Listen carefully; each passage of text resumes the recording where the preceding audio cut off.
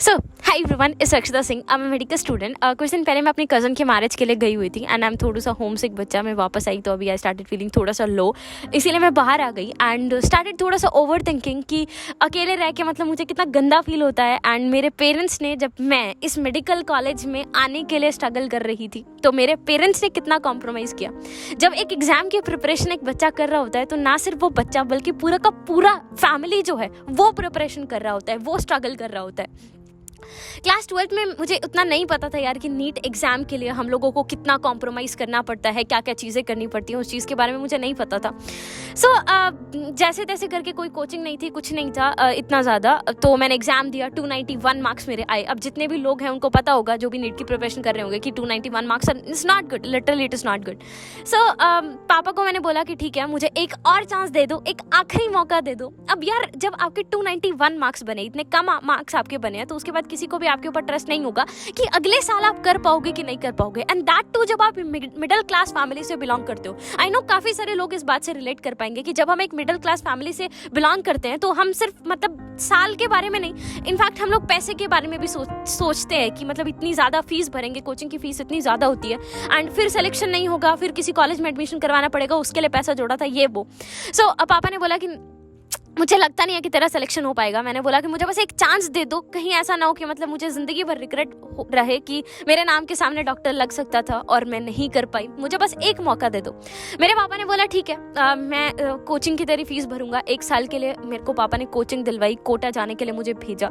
सो मुझे मतलब I told you ना कि मुझे होम सिकनेस थोड़ा सा ज़्यादा फील होता है। आस्क्ड माय डैड कि मम्मा को भी साथ में भेज दो, मैं अकेले तो नहीं जा पाऊंगी, अकेले मैं वहाँ पर नहीं रह पाऊंगी। So my dad compromise everything for me. पापा ने कहा ठीक है, मम्मा को भी ले जा। अब मेरा भाई उस टाइम पे छोटा था, तो भाई को भी हम लोग साथ लेकर चले गए। अब मम्मा, मैं, भाई, हम तीनों चले गए। मेरे दादा दादी नहीं हैं, तो मेरे पापा जस्ट अकेले घर पे रहते थे, अपना खुद खाना बनाते थे। कभी मतलब पहले अकेले नहीं रहे हैं, काफ़ी साल हो चुके थे। मम्मा हमेशा साथ रहती थी, मम्मा सारा घर का काम करती थी, मम्मा हमेशा हर चीज़ करती थी। तो खुद का खाना खुद बनाना, हर रोज़ जॉब कर मतलब अपनी पूरा जितना भी जॉब, पापा प्रिंसिपल है तो डेली स्कूल जाना एंड आके फिर साफ सफाई भी खुद से करना, हर चीज़ खुद से करना, हर चीज़ खुद से मैनेज करना, गेस्ट आ जाते, एवरीथिंग। मतलब it's not tough for a female but it's literally tough for a male जिसने काफ़ी टाइम से ये काम नहीं किया है। हम लोगों के पास जस्ट बिकॉज मतलब उनको भी थोड़ा सा मतलब वो भी थोड़े मेरे जैसे हैं, तो उनको थोड़ा सा होम सिक थोड़ा सा फील होता था।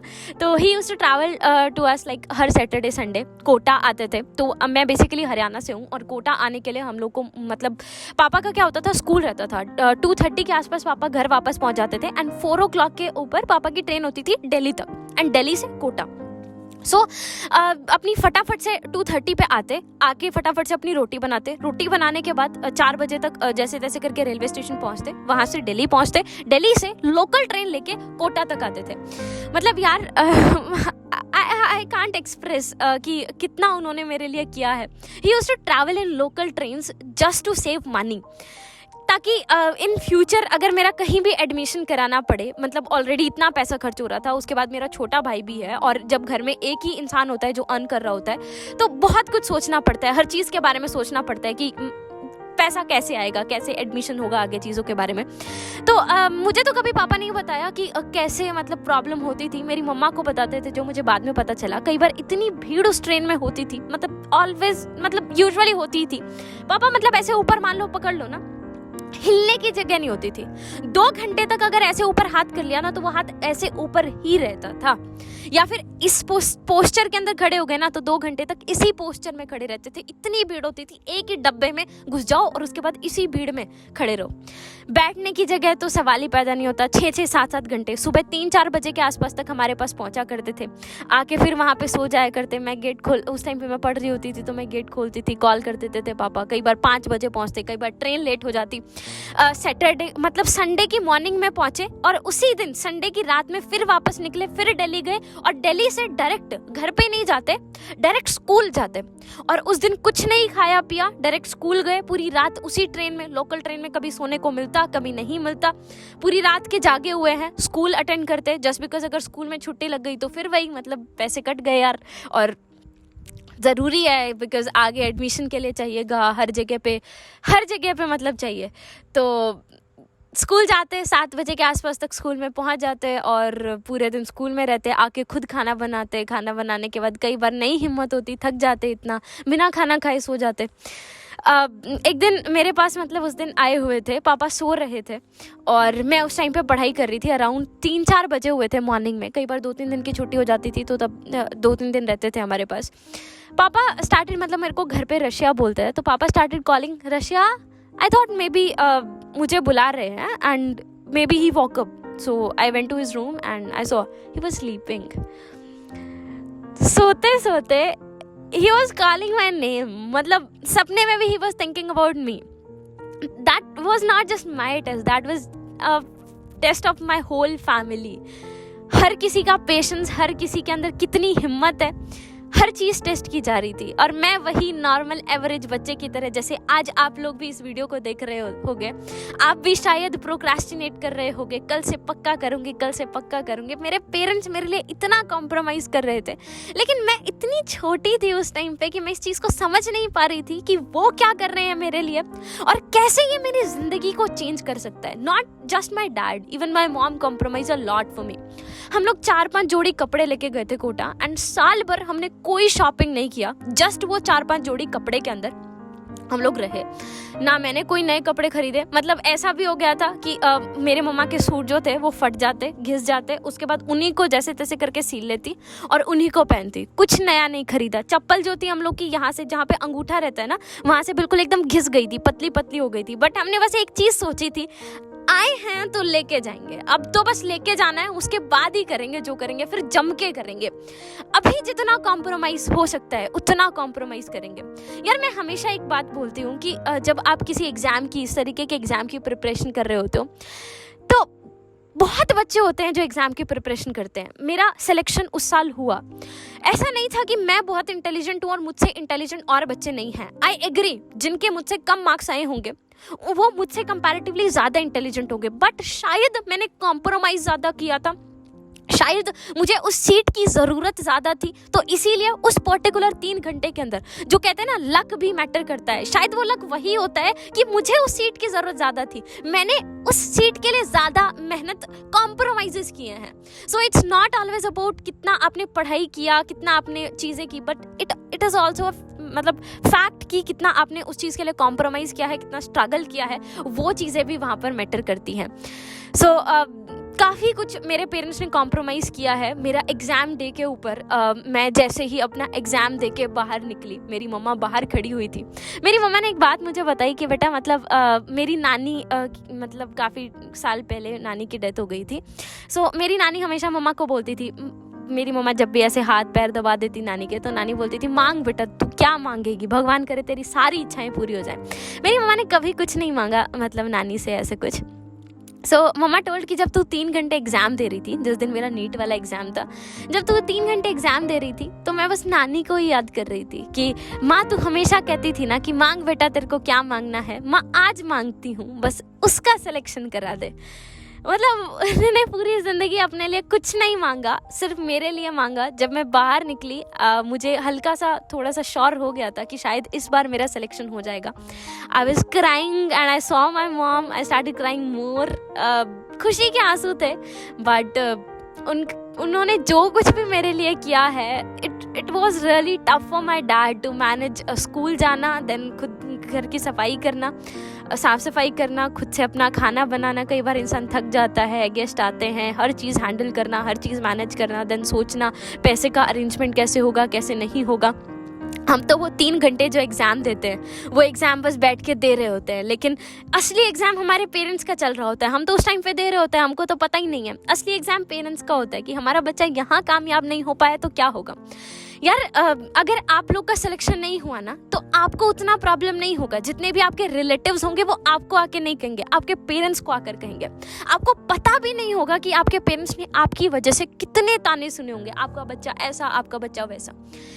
आप बस पढ़ने के लिए ही तो अपने पेरेंट्स हमको कह रहे हैं यार, और वो भी उनके लिए पढ़ने के लिए नहीं कह रहे। पता नहीं कितना दर्द, कितनी प्रॉब्लम्स, कितनी चीज़ें मतलब वो छुपा जाते हैं। आई नो मतलब अभी हम या आप नहीं उतना समझ पाएंगे, लेकिन किसी ना किसी दिन आपको भी फील होगा कि आपके पेरेंट्स आपके लिए कितना कर रहे हैं। कई बार हमारे पेरेंट्स हमको डांट देते हैं, लेकिन ट्रस्ट मी अबाउट दिस, वो भी हमारे लिए ही डांटते हैं यार। जिस दिन मेहनत करना स्टार्ट करोगे ना, ऐसा नहीं होता। बहुत लोग मुझे कंप्लेन करते हैं कि हमारे पेरेंट्स तो हमें सपोर्ट नहीं करते, हमारी हेल्प नहीं करते। जिस दिन सच में आप मेहनत करना स्टार्ट करोगे ना, आपके पेरेंट्स सच में आपको सपोर्ट करेंगे। जब मैं फर्स्ट टाइम प्रिपरेशन कर रही थी, उस टाइम पे मेरे पेरेंट्स ने, मेरे पापा ने इतना ज़्यादा मुझे कभी वो नहीं किया था। लेकिन जब मैं सेकेंड टाइम प्रिपरेशन कर रही थी, जब मैंने अपना ड्रॉप किया था, तो मेरे पापा को दिख रहा था कि अब ये मेहनत कर रही है। यार जिस दिन तुम्हारे पेरेंट्स के मन से, दिल से निकल गया ना कि बेटा इस बार तूने मेहनत करी है, मेरा आशीर्वाद तेरे साथ है, उसके बाद जिंदगी में कोई तुमको नहीं रोक पाएगा। जो इधर उधर हम भगवान से, भगवान प्लीज ऐसा करवा देना, ऐसा करवा देना। माँ बाप जो होते हैं ना, सच में मतलब ये जितने भी वेदों में, जितनी भी किताबों में लिखा होता है ना कि माँ बाप भगवान होते हैं, सच में होते हैं यार। मेरे पेरेंट्स का जब मेरे ऊपर हाथ था, मेरे सर पे आशीर्वाद उनका था, मेरा सिलेक्शन भी हुआ।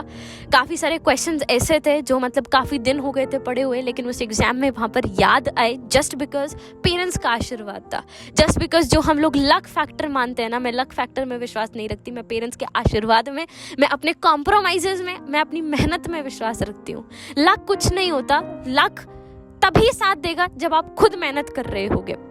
साथ में जो दूसरी चीज़ होती है ना यार, वो आपने कितना कॉम्प्रोमाइज़ करा। हम हमेशा ऐसे कहते हैं कि बुरे दिन हम लोग के पास, मतलब नानी दादी ऐसे कहती है ना कि तुम लोग आज बड़े हंस रहे हो ना, कल को देख लेना कुछ ना कुछ गंदा होगा तुम्हारे साथ। तो अगर आज कॉम्प्रोमाइज़ कर रहे हो, आज थोड़ा सा रो रहे हो, तो 110% अच्छे दिन आप लोगों के आने वाले हैं। हंसोगे, रिवर्स भी तो ट्रू है ना। आज बहुत हंस रहे हो तो कल रोगे, और आज बहुत रो रहे हो तो कल हंसोगे भी। आज अगर प्रॉब्लम्स हो रही हैं, कॉम्प्रोमाइज़ेस कर रहे हो, अच्छी बात है।